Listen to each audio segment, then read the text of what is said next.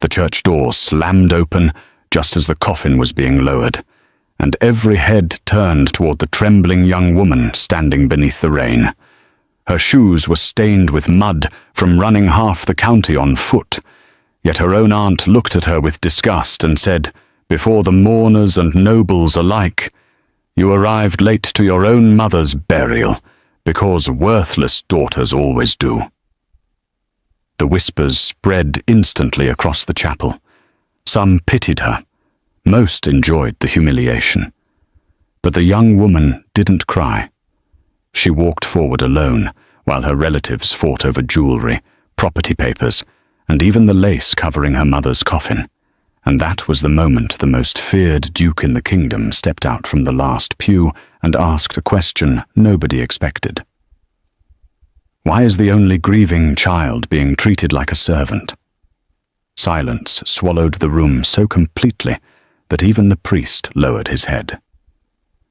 Now, here is what I want you to think about carefully before we continue.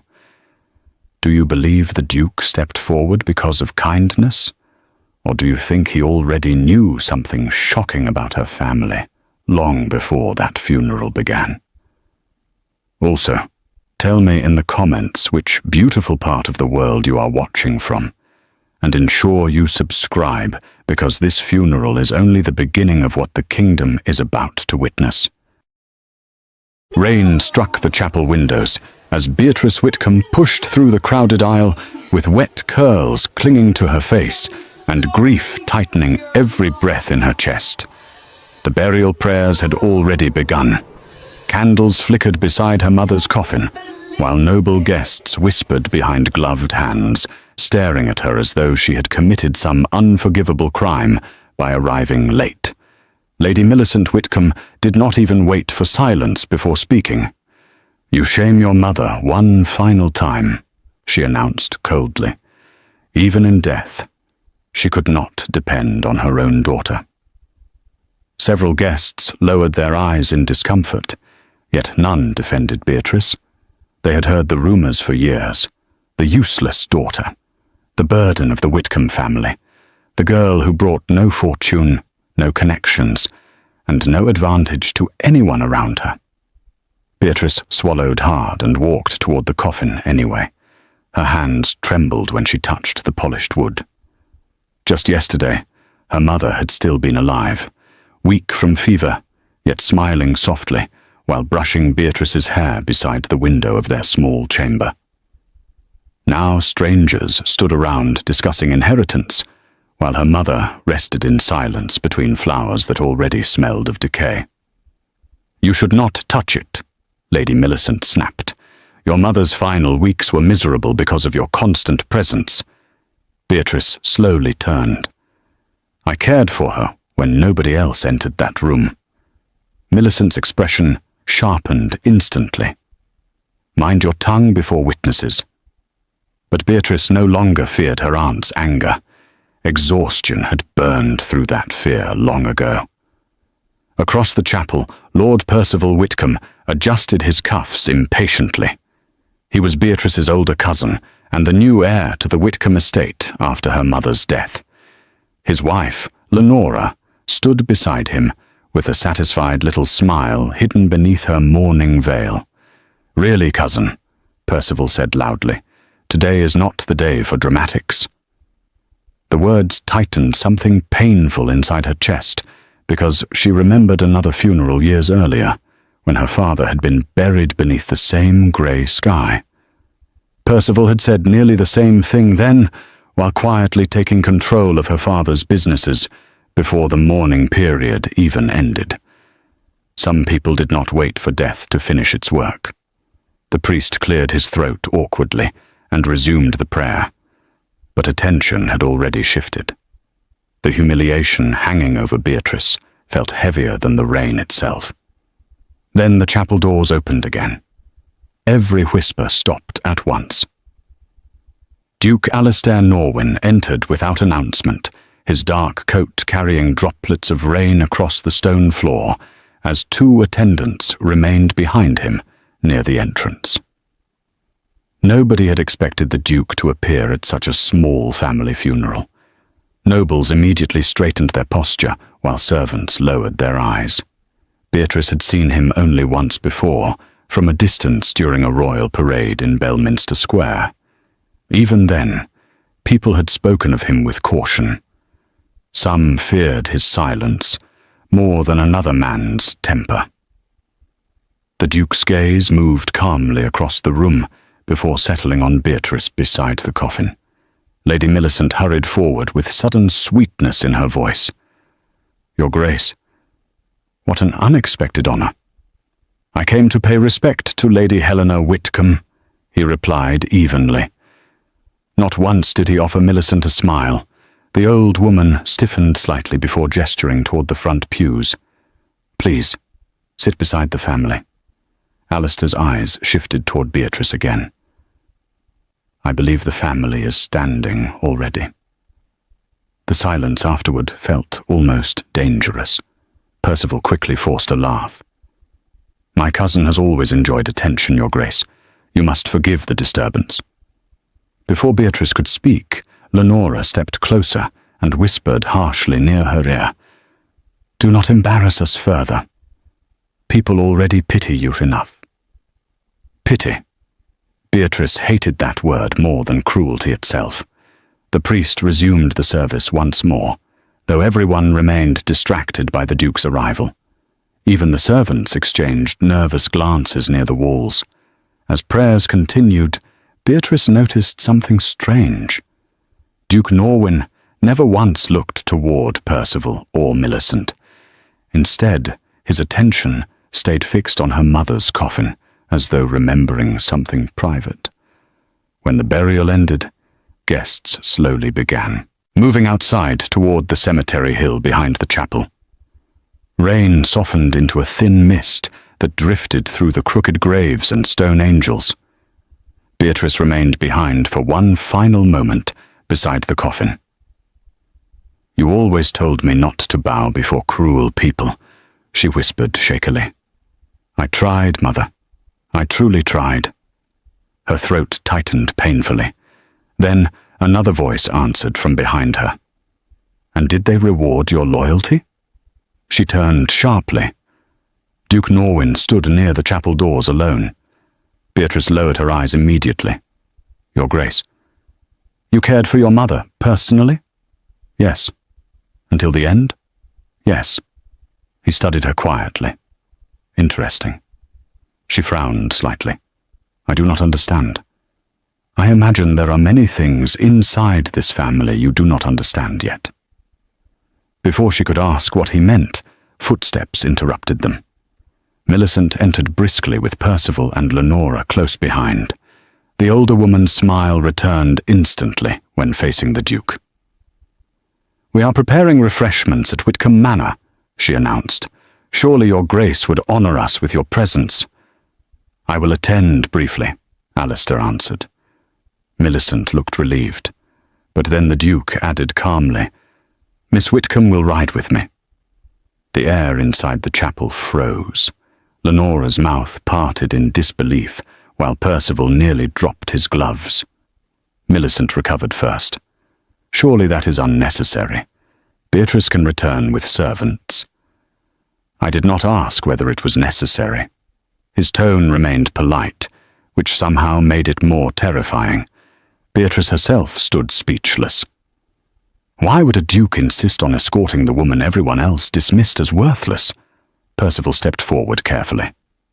"Your Grace, perhaps you are unaware that my cousin is not accustomed to noble society." Alistair finally looked at him directly. "And perhaps you are unaware that I did not request your opinion." The humiliation on Percival's face was immediate. Beatrice almost pitied him. Almost. Outside, rainwater rolled across the carriage windows as the Duke's coach travelled toward Whitcomb Manor. Beatrice sat stiffly across from him, unsure where to place her hands or eyes. "You are frightened," Alistair observed quietly. "I am confused." "That is reasonable." She gathered courage slowly. "Why did you come today?" "To honor a debt." Her brows pulled together. My mother knew you. Yes. The answer came too quickly to be accidental. Beatrice searched his expression desperately for clues, but the Duke revealed nothing beyond controlled calm. My mother never spoke of you, she admitted softly. She would not have. The carriage fell silent again, until Beatrice finally whispered, "Everyone thinks I am worthless." Alistair's gaze lifted toward her fully for the first time. "And what do you think?" No one had ever asked her that before. Not once. Beatrice looked down at her worn gloves. "I think people decide a woman's value before hearing her speak." For the first time, something shifted in the Duke's expression. Not amusement, not pity, recognition. When the carriage reached Whitcomb Manor, servants rushed outside carrying lanterns against the fading evening mist. The estate looked grand from afar, yet Beatrice knew too well how rotten its walls truly were. Inside the drawing room, nobles gathered around silver trays while discussing inheritance, titles, and property transfers with shocking ease for people who had just attended a funeral. Lady Millicent approached immediately. "Beatrice, you will remain silent tonight," she warned under her breath. "One more embarrassment, and you will leave this house permanently." Before Beatrice could answer, a servant entered hurriedly from the corridor. "Your Grace," the servant announced nervously, "a royal messenger has arrived from the palace." Every conversation stopped. The messenger entered, carrying sealed parchment marked with the royal crest itself. He bowed deeply before Duke Norwin. "His Majesty requests your immediate appearance tomorrow morning regarding the selection ceremony." The room erupted into whispers. Everyone in the kingdom knew about the royal selection ceremony. After years without choosing a duchess, Duke Norwin had finally been commanded by the crown to present a future bride before the royal court. Lenora laughed softly with excitement. "Half the unmarried ladies in Belminster will faint before sunrise." But the messenger was not finished. "There is one more instruction from the palace," he continued carefully. "His Majesty specifically requests that the lady accompanying your Grace tonight must also attend." Silence crashed through the room. Every face turned slowly toward Beatrice. And across the drawing room, Lady Millicent's wine glass slipped from her fingers and shattered across the floor.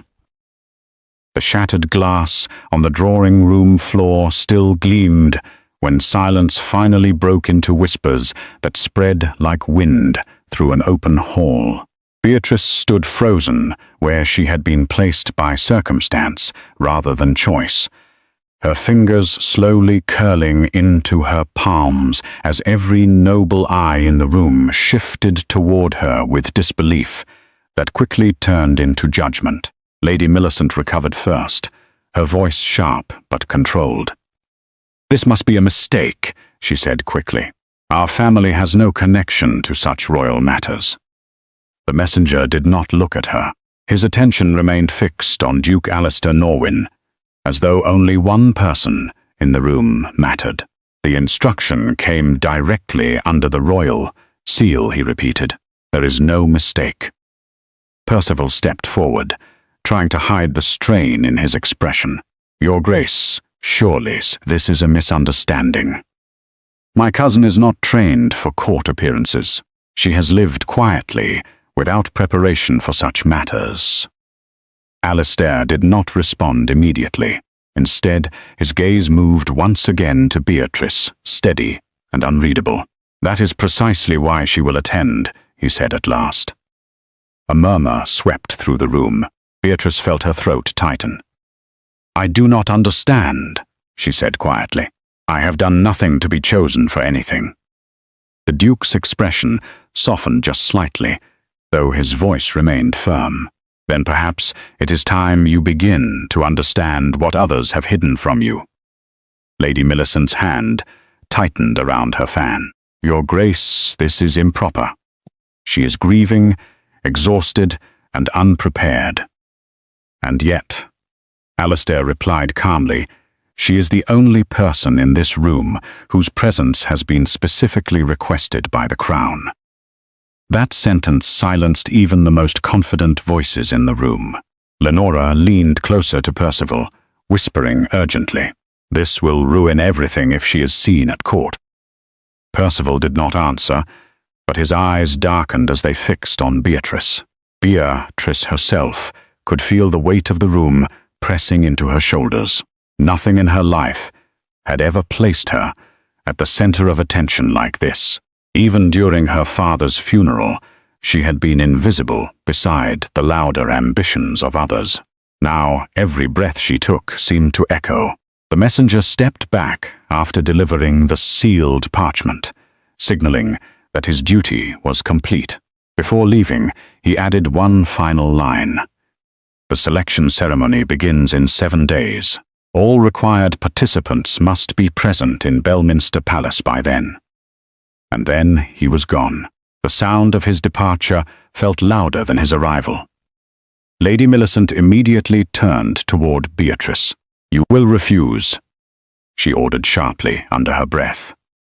Beatrice blinked at her. "I cannot refuse something I do not understand." "You will refuse," Millicent repeated, stepping closer. "Do you think court life will show you kindness? You will embarrass this family beyond repair."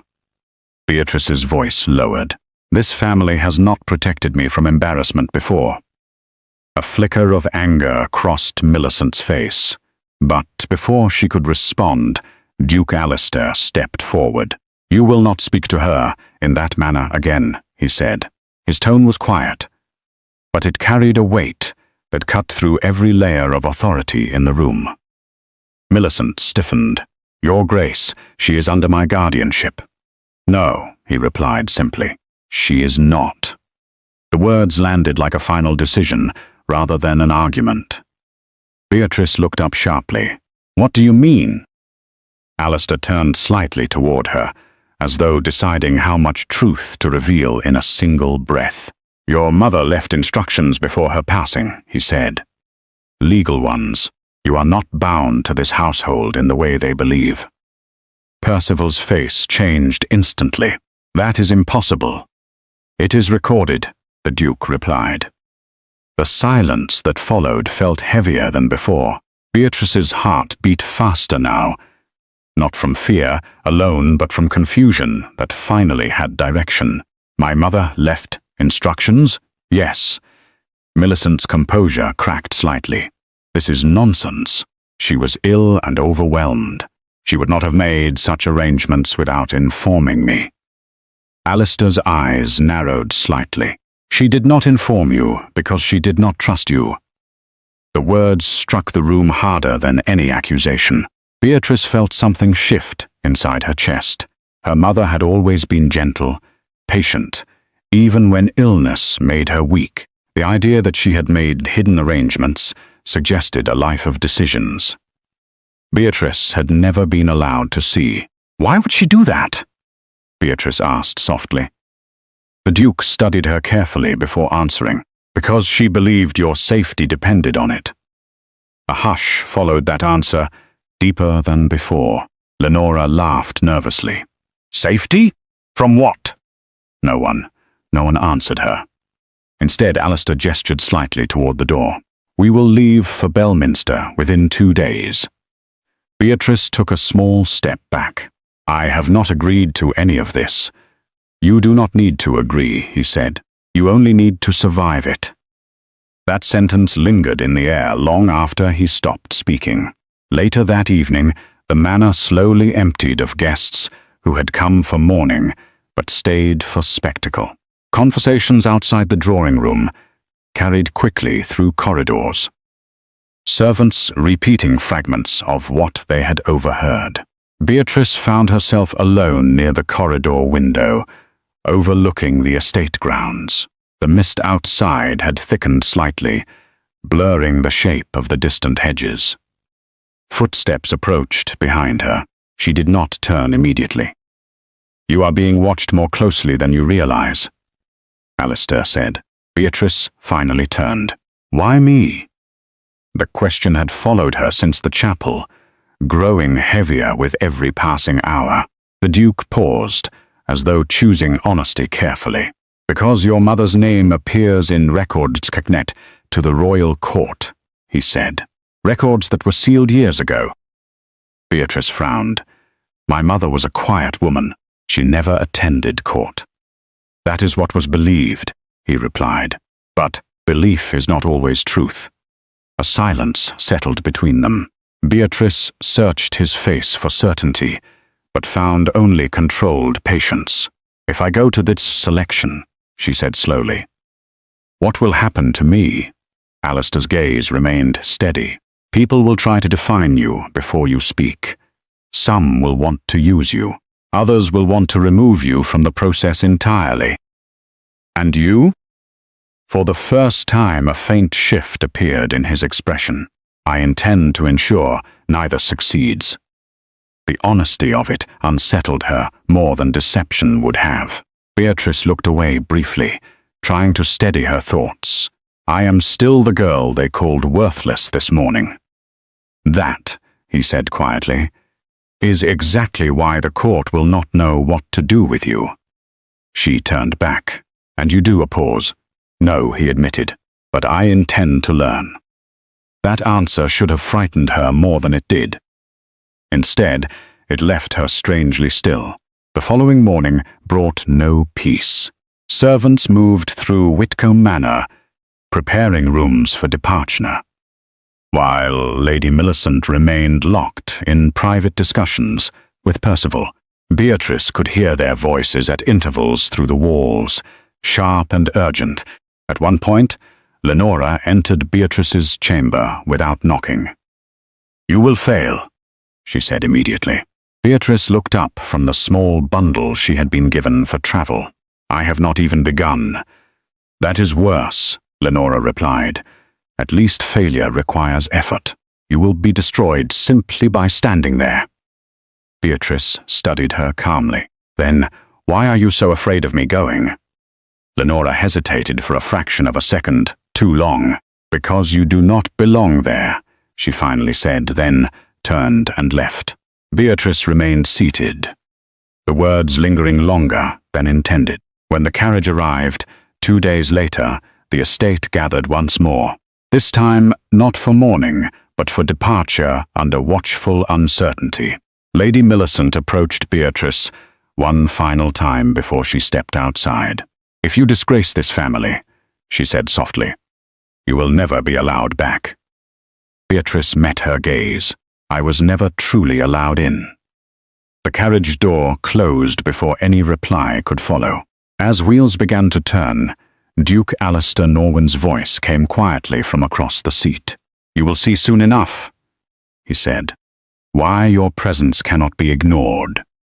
And as Whitcomb Manor slowly disappeared behind the mist-covered road, Beatrice Whitcomb began her journey toward a court that already knew her name, even if she did not know why.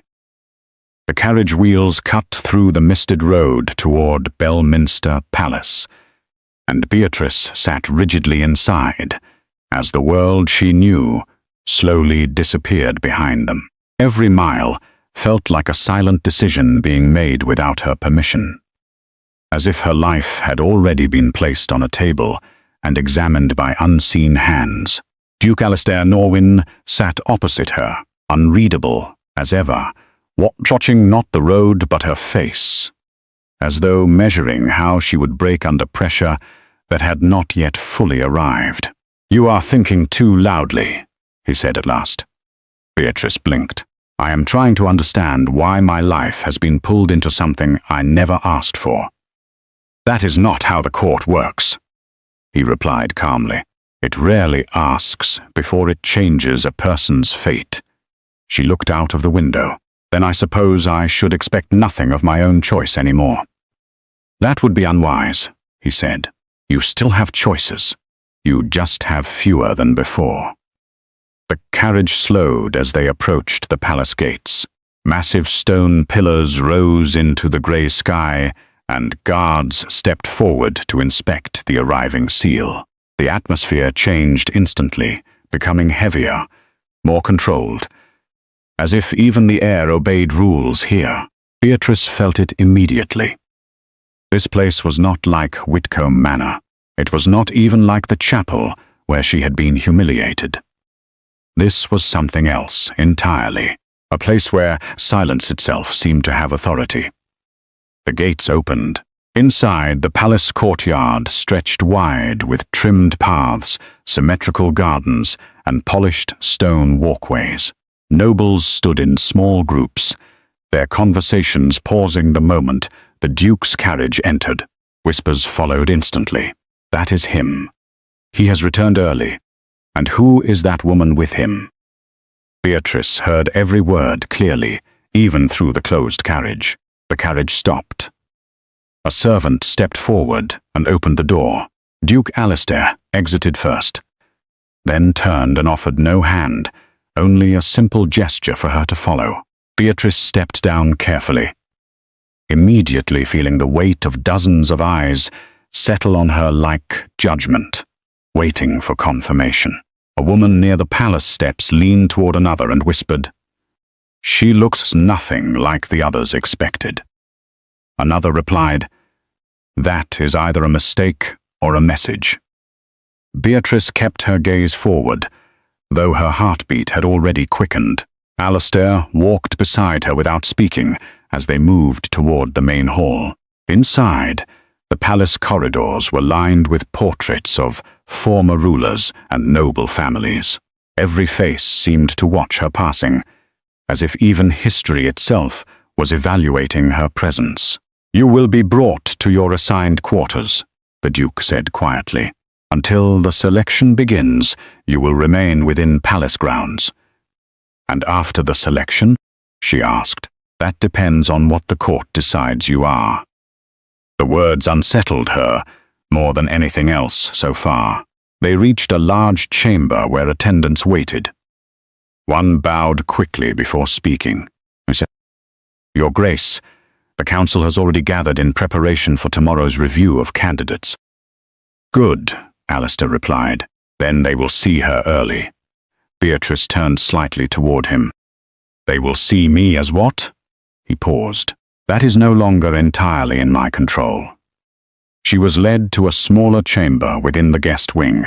The room was elegant, but cold, prepared for someone who belonged to a world she did not recognize. As servants placed her belongings down, she noticed how carefully they avoided her eyes. Once alone, she sat near the window and looked out at the vast palace gardens below. Everything here felt structured, controlled, and distant. A knock interrupted her thoughts. A young attendant entered. "Miss Whitcomb, the council requests your presence in the lower hall." Already, she had not even been allowed to settle. When she arrived, several nobles stood waiting. Among them was Lord Harrowan, a man known for his influence in court selection matters. His gaze was sharp, assessing her without politeness. "So," he said, "this is the unexpected participant." Beatrice remained silent. Another noblewoman stepped forward. "She does not even speak confidently. How is she meant to stand aside a duke?" Whispers followed again. Alistair appeared behind her without announcement. "This meeting was not requested for judgment," he said firmly. Lord Harrowan smiled slightly. "Everything in court is judgment, Your Grace." A tense silence followed. Beatrice finally spoke. "If I am here against expectation, then I would like to know why." All eyes shifted toward her. Harrowan studied her more closely now. Bold question for someone untrained. Alistair answered before she could react. "She has been instructed by the royal seal to attend the selection process." The council exchanged uneasy glances. "And what qualifies her?" another asked. Alistair's response was simple. "That is what you will determine." Beatrice felt something tighten inside her chest, not because of fear alone, but because she realized something important. She was not being invited into safety. She was being placed into examination. And somewhere inside this palace, someone already knew more about her than she did. When the meeting ended, Alistair walked with her back toward the guest wing.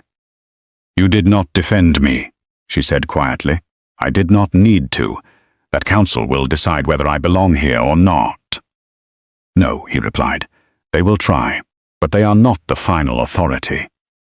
Beatrice frowned slightly. "Then who is?" The Duke stopped walking for a brief moment. "The truth behind your mother's name." She froze. "My mother again," she whispered. "Yes," he said, "and what she was involved in before you were born." Beatrice felt the weight of that sentence settle deeply inside her, heavier than all the judgment she had faced so far. As they reached her chamber door, he added one final line. "Tomorrow the selection begins, and by then, the palace will no longer be able to pretend you are invisible."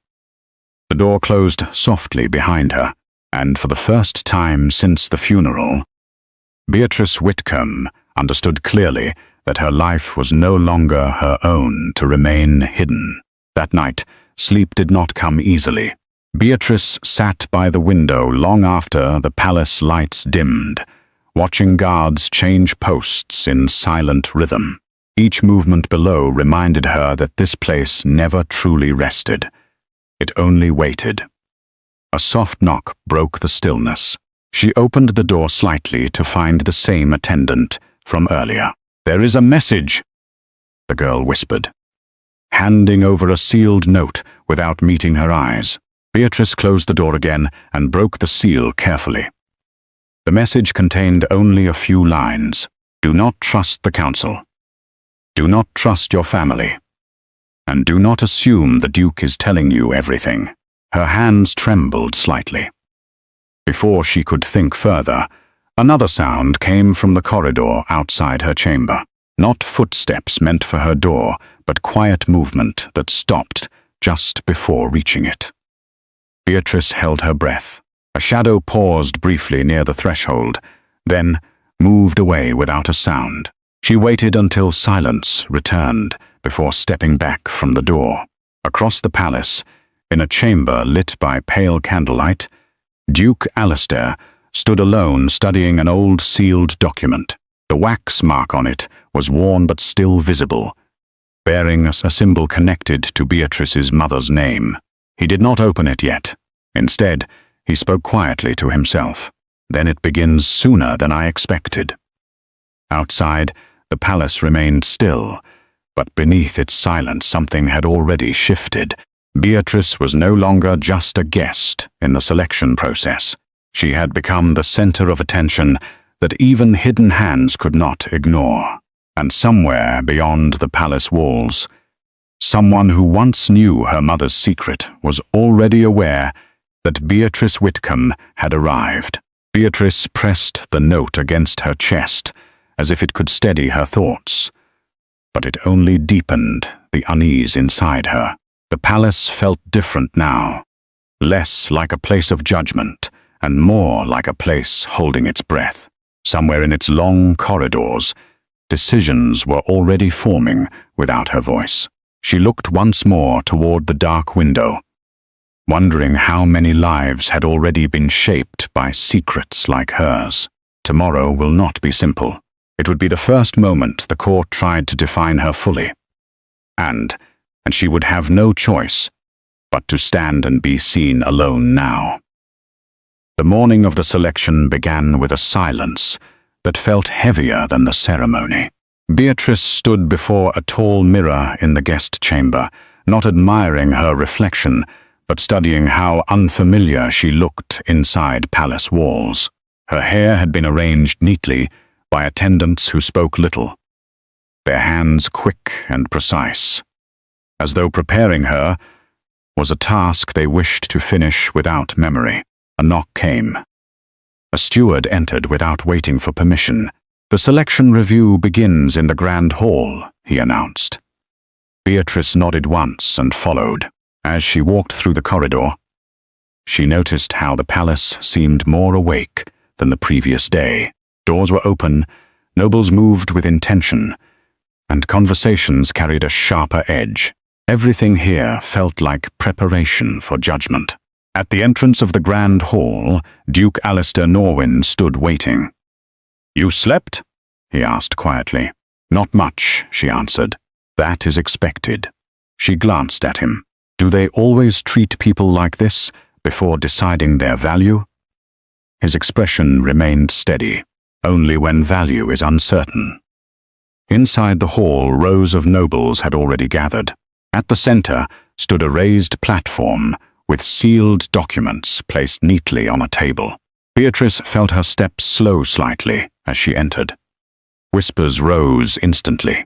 "That is her. She looks too ordinary for this attention. Why would the Duke bring her here?" Beatrice kept her gaze forward, though every word pressed against her like invisible weight. Lord Harrowen stood near the platform, flanked by council members. His eyes tracked her arrival carefully. "So the unexpected participant finally arrives," he said. Alistair stepped slightly forward. "Begin the review." Harrowen gestured toward Beatrice. "Before we begin, the council must confirm identity and eligibility." A clerk approached with a ledger. "Beatrice Whitcomb, daughter of Helena Whitcomb, deceased. No recorded court attendance. No noble training." Murmurs followed the reading. One noble leaned forward. "Then why is she here?" Beatrice spoke before hesitation could stop her. "I was told I am here because the crown requested it." Harrowen studied her. "And you believe that is enough reason?" "I do not believe anything yet," she replied honestly. "I am still waiting for someone to explain it properly." A faint pause spread across the hall. Alistair's gaze shifted briefly toward her, then back to the council. "Proceed," he said. The review began with other candidates first.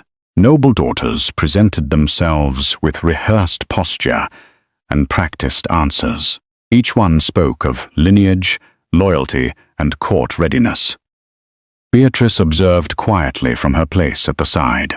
With every introduction, she noticed something subtle. The council evaluated them quickly, almost mechanically, as if they already knew the outcome they wanted. When her turn finally came, the hall quieted. Harrowen spoke. "Step forward."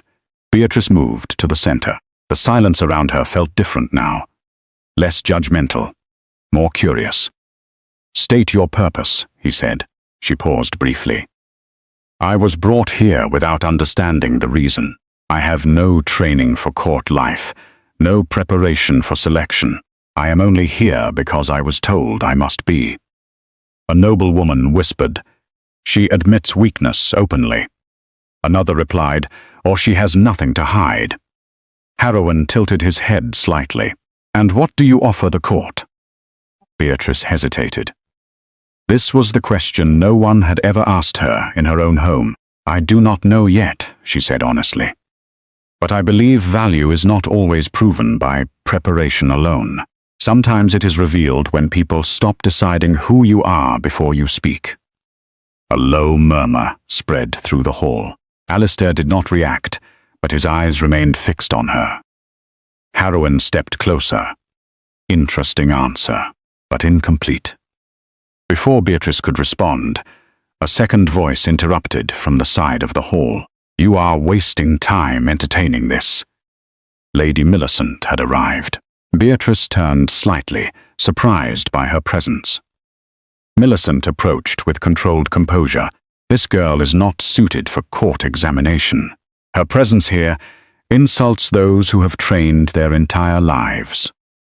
Harrowen looked at her briefly. "Your opinion is noted."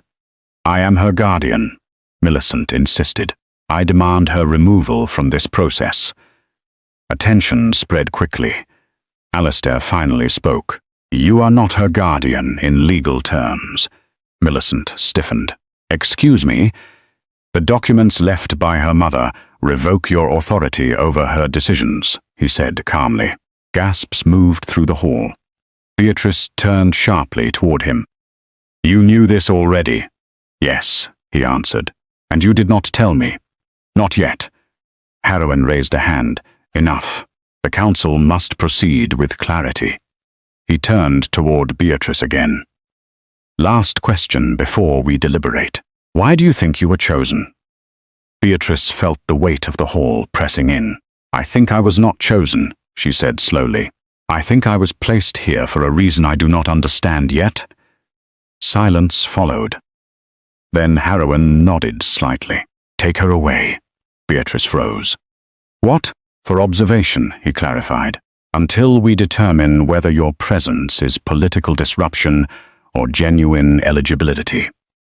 Before she could protest, 2 attendants stepped forward. Alistair moved instantly. She will not be detained, he said firmly. Harrowen met his gaze. Then you risk violating protocol. I will take responsibility for her presence, Alistair replied. Beatrice looked between them, confused and unsettled. Finally, Harrowen nodded once. Very well. But understand this. The council does not tolerate uncertainty for long. The attendant stepped back. Beatrice was escorted out of the hall, but Alistair followed closely behind. Once outside, she turned sharply. Why are you protecting me? He paused. Because removing you now would confirm their suspicion that you matter more than they admit. That is not an answer, she said quietly. It is the only one that holds weight here. She exhaled slowly, frustration mixing with confusion. Everyone speaks of me like I am already part of something I cannot see. You are, he said simply. They walked down a quieter corridor away from the hall. Servants passed, but avoided looking at them. Beatrice lowered her voice.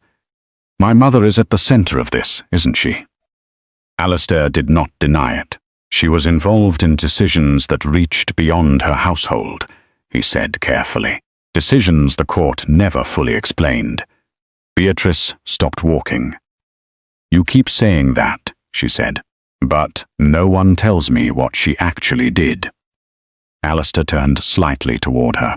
Because if you know too soon, you will not survive what comes next. The honesty in his tone unsettled her more than secrecy. A distant bell rang through the palace, signaling the end of the initial review. Alistair began walking again. The council will deliberate tonight. And tomorrow? She asked. Tomorrow, he said. You will face them again, and this time they will not treat you as invisible. Beatrice followed in silence, but inside her, uncertainty had begun to shift into something sharper. Not fear alone, but the growing awareness that her life before the funeral had been built on hidden foundations. And somewhere inside the palace, those foundations were beginning to crack. Rain fell lightly over Belminster Palace the following evening as nobles gathered once more beneath towering chandeliers for the final selection banquet. The grand hall glowed with candlelight reflected against polished marble floors while musicians played softly near the gallery balcony. Yet beneath the beauty of the evening, tension moved through the room like an invisible current. Beatrice felt it immediately the moment she entered beside Duke Alistair Norwyn. Conversations slowed. Eyes followed them, not with curiosity anymore, with calculation. The nobles who had mocked her during the first review no longer looked entirely certain of themselves. Some whispered behind folded fans while others studied her carefully as though trying to understand why the Duke continued, allowing her beside him despite growing disapproval from the court. Lady Millicent stood near the center of the hall, with Percival and Lenora beside her. The moment she noticed Beatrice entering beside Alistair, her expression hardened. She is still here, Lenora muttered bitterly. She will not remain for long, Millicent answered quietly. But for the first time since the funeral, Beatrice no longer lowered her eyes beneath their judgment. She walked forward calmly, though her heartbeat remained uneven beneath the pressure surrounding her. At the far end of the hall, Lord Harrowan addressed the gathering. "Tonight concludes the royal selection proceedings," he announced. "Before this court, and under the authority of the crown, Duke Norwin will present the woman he believes worthy of standing beside him before the kingdom." The room stirred instantly. Several noble daughters straightened with expectation. Others exchanged nervous glances. Beatrice remained still. She did not belong here. At least that was what she had been told her entire life. A servant approached carrying silver goblets, while another opened the towering doors leading toward the inner gallery, where the final presentation would occur later that evening. Alistair leaned slightly toward Beatrice. "Remain close tonight," he said quietly. She glanced at him. "You say that as though something dangerous is about to happen." His expression remained unreadable. Something dangerous has already begun. Before she could question him further, Lady Millicent approached with graceful urgency. "Your Grace," she said sweetly, "might I request a private word regarding my niece?" Beatrice immediately recognized the false warmth in her tone. Alistair's eyes cooled slightly. "You may speak here." Millicent forced a smile. "Surely family matters deserve discretion." "Not when discretion has already harmed her enough." The words landed sharply. Several nearby nobles pretended not to listen while clearly listening to every syllable. Millicent lowered her voice. "You are damaging this family's standings by continuing this spectacle." Beatrice answered before Alistair could speak. "My humiliation never troubled the family standing before now." Millicent's composure faltered slightly. "You are becoming insolent." "No," Beatrice replied softly. "I am becoming visible." Silence followed. Even Alistair's attention shifted toward her more fully after that answer. Millicent stepped closer. "You truly believe this Duke intends to protect you once tonight ends?" Beatrice held her gaze steadily. "I believe he has shown me more respect in 3 days than this family has shown me in years." The older woman's face tightened instantly. Before another argument could begin, musicians suddenly stopped playing. Every head turned toward the staircase above the hall. The royal chamberlain appeared. "The crown requests the beginning of the final presentation." A wave of anticipation swept through the gathering. Noble daughters adjusted their posture while whispers spread rapidly through the ballroom. Beatrice felt tension tighten inside her chest again. Alistair offered only one quiet sentence before walking forward. "Do not let them decide your worth tonight." The hall slowly divided as guests moved toward the gallery chamber beyond the ballroom. Rows of velvet chairs surrounded a raised platform beneath enormous crystal chandeliers, while royal guards remained stationed along the walls. Beatrice sat near the back at first, hoping distance might lessen attention. It did not. Every glance still found her. Percival moved beside Lord Harrowan near the front, speaking in low tones that clearly carried frustration. Lenora watched Beatrice constantly with narrowed eyes, while Millicent remained stiff with contained anger. The chamberlain stepped forward once more. "By royal decree, the Duke of Norwin shall now declare before witnesses the woman he chooses to stand beside him in title, duty, and public honor." A hush consumed the room completely. One by one, noble daughters were presented forward briefly. Their names, family histories, and accomplishments echoed through the chamber with practiced elegance. Beatrice barely listened. Her thoughts remained trapped elsewhere. Why had Alistair brought her here? Why had he defended her repeatedly? And why did the entire palace react, as though her existence threatened carefully balanced plans? The final candidate stepped away. Then silence returned. Lord Harrowan looked toward Alistair. "Your Grace," he announced, "the court awaits your decision." Alistair rose slowly from his seat. The atmosphere shifted instantly. Even the servants seemed to stop breathing. The Duke stepped toward the center platform with calm control, while every eye followed him. Candlelight reflected sharply against polished marble as he turned to face the gathering. "For years," he began evenly, "this court has mistaken performance for character." A murmur moved through the room. He continued. "Many standing here were raised to appear suitable beneath chandeliers, while never learning how to remain loyal when kindness offered no reward." Several nobles exchanged uncomfortable glances. Millicent's expression tightened further. Alistair's gaze moved slowly across the chamber before finally settling on Beatrice. "At a funeral," he said quietly, "I watched an entire room reduce one grieving daughter to ridicule while she alone mourned sincerely." The silence deepened. Beatrice felt her chest tighten painfully. No one moved, no one spoke.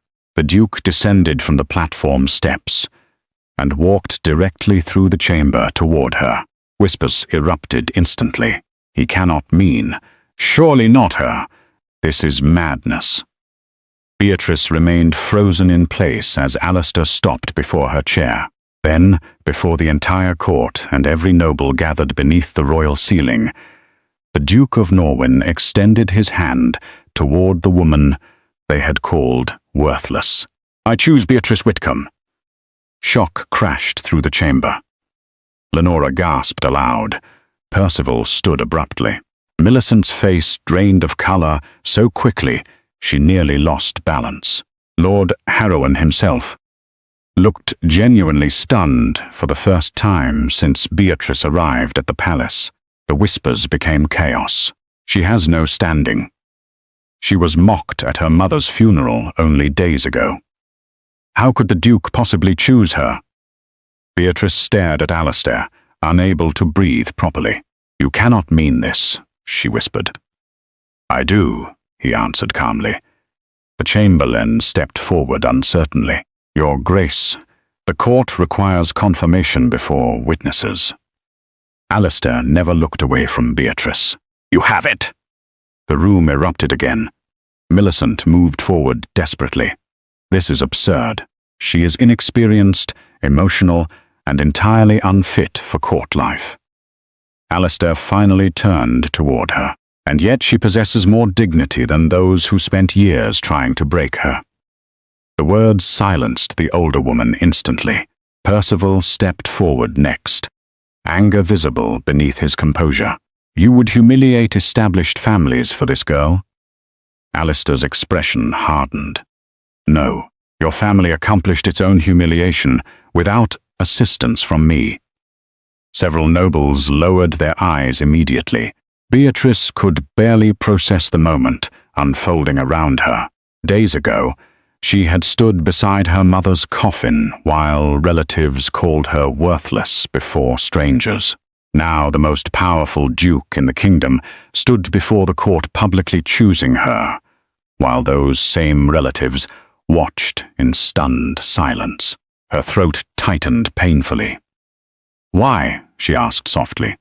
The hall quieted again to hear his answer. Alistair looked directly at her. "Because you remained kind when cruelty would have been easier.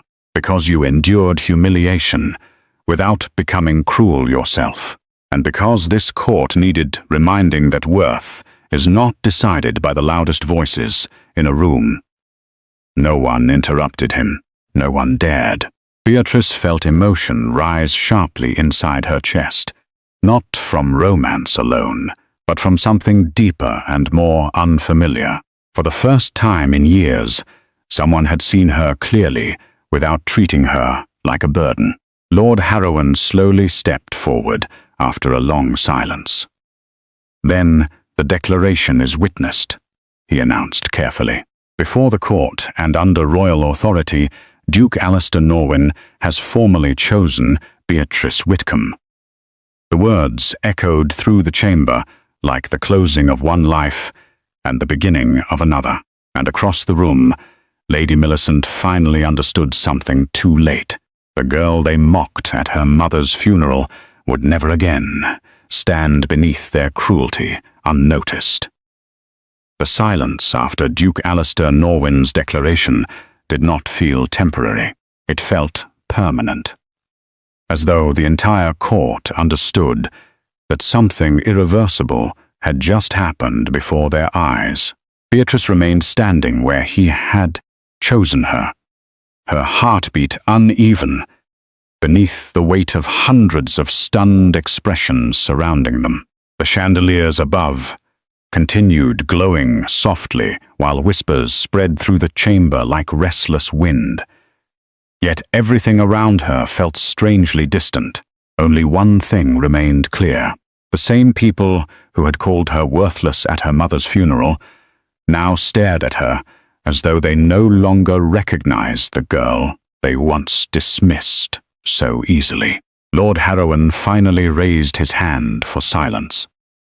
"The declaration has been witnessed," he announced carefully. "The court will honor the Duke's decision."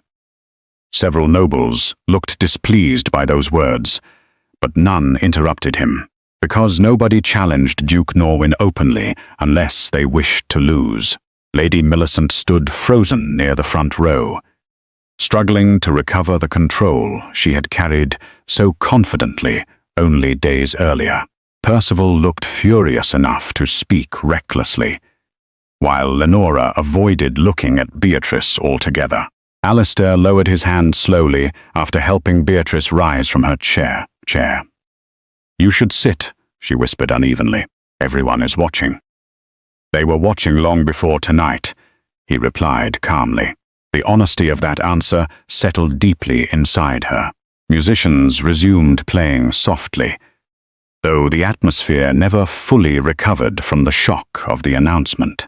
Groups of nobles immediately gathered into private conversations, while servants moved carefully through the room, pretending not to listen.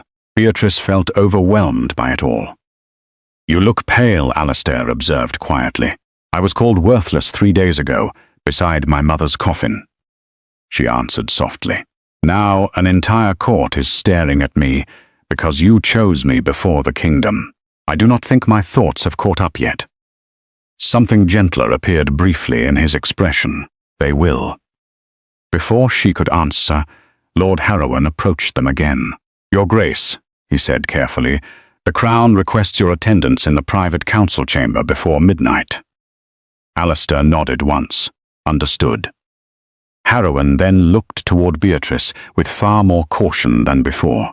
"Miss Whitcomb," he added, "there are many in this court who will question tonight's decision." "I expected that," she replied quietly.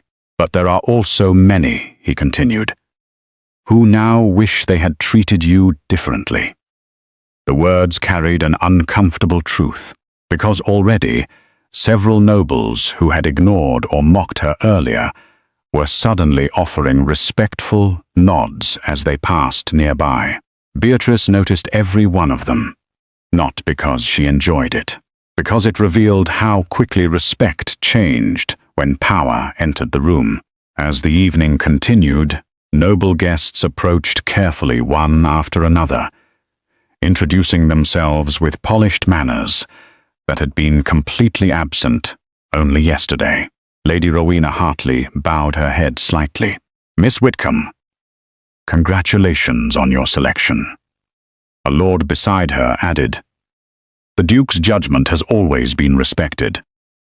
Beatrice answered politely, though part of her still remembered how these same people had watched silently while she was humiliated during the earlier review. Nothing about them had changed overnight, only her position had. Across the ballroom, Millicent watched every interaction with growing bitterness. Finally, unable to contain herself longer, she crossed the room toward Beatrice directly. "You seem very comfortable suddenly," she said in a controlled voice. Beatrice met her gaze calmly. "No, I simply no longer feel invisible." Millicent stepped closer. "Do not mistake temporary attention for permanent security. Before Beatrice could answer, Alistair appeared beside her once again. "You continue speaking to her as though she still belongs beneath your control," he said evenly. Millicent stiffened. "I raised her after her father's death."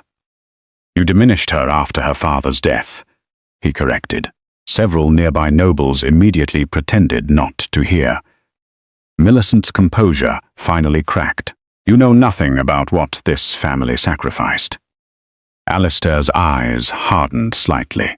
"I know enough to recognize cruelty when I witness it." The older woman fell silent. For the first time in years, someone had spoken to Millicent without fear of her authority. And the humiliation showed clearly across her face. Beatrice watched quietly, emotions twisting painfully inside her chest. Part of her had spent years hoping for this moment, hoping someone would finally defend her openly. Yet standing here now, she felt no triumph, only exhaustion. Later that evening, after many guests had departed, Beatrice stepped alone onto the palace terrace, overlooking the moonlit gardens. Cool night air brushed against her face, while distant carriage wheels echoed below the palace steps. Everything had changed too quickly. Footsteps approached behind her. She did not need to turn to know it was Alistair. "You escaped the ballroom," he observed. "So did you." He stepped beside her near the terrace railing. For a moment, neither spoke. Then Beatrice finally asked the question that had remained inside her since the funeral. "Why me?" Alistair looked toward the dark gardens below before answering. "Because when I entered that chapel, everyone else was thinking about inheritance, status, or appearance." He paused briefly. "You were the only person grieving honestly." Beatrice swallowed hard. "That cannot be enough reason for all of this." "It was enough reason for me to notice you." The quiet sincerity in his voice unsettled her more than grand declarations ever could. She looked down at her hands. "I still feel like the same girl they mocked." "You are," he said calmly. "The difference is that now the room is finally being forced to see you clearly." Silence settled gently between them. Not uncomfortable, not cold, just still. After a moment, Beatrice spoke again. "When my mother died, I thought my life had ended with hers." Her voice softened slightly. "At the funeral, hearing my own family call me worthless before strangers, I believed them for a moment." Alistair turned fully toward her then. "And now?" Beatrice looked out across the gardens. "Now I think people become cruel when they fear someone surviving without their permission." A faint trace of admiration crossed his expression. "You learn quickly. I had no choice." From inside the palace, distant music continued drifting through open windows, while servants prepared the final carriages for departing nobles. But out on the terrace, the world suddenly felt quieter than it had in days. Then hurried footsteps interrupted the calm. A palace servant approached quickly, bowing with urgency. "Your Grace," "Forgive the interruption, but there is trouble in the lower hall." Alistair's expression sharpened instantly. "What happened?" The servant hesitated. "Lord Percival Whitcomb has been arguing with members of the Royal Council. He claims the selection was manipulated and demands formal review." Beatrice closed her eyes briefly. Of course he would not let it end peacefully. Alistair's voice remained calm. "Take Miss Whitcomb back inside." "No," Beatrice said immediately. Both men looked at her. She straightened slowly. "I spent years remaining silent while others spoke over me. I will not hide tonight." The servant stepped aside uncertainly. Alistair studied her for a moment before nodding once. "Very well." When they entered the lower hall, raised voices echoed through the corridor. Percival stood near the council chamber surrounded by several nobles, while Lenora desperately tried calming him. "This selection damages respected families for the sake of sentiment," Percival argued angrily. My cousin has no experience, no standing, and no right to stand above women properly raised for this role. The moment he noticed Beatrice entering beside Alistair, his expression darkened further. There she is, he snapped. The entire kingdom is suddenly pretending she matters. Beatrice felt every eye shift toward her again, but this time, something inside her remained steady. She walked forward, slowly until standing directly before her cousin. For years, she said quietly, I believed there was something wrong with me because this family treated me as though I carried shame simply by existing. Percival scoffed bitterly. You were weak. No, Beatrice answered calmly. I was alone. The corridor fell silent. She continued before fear could return.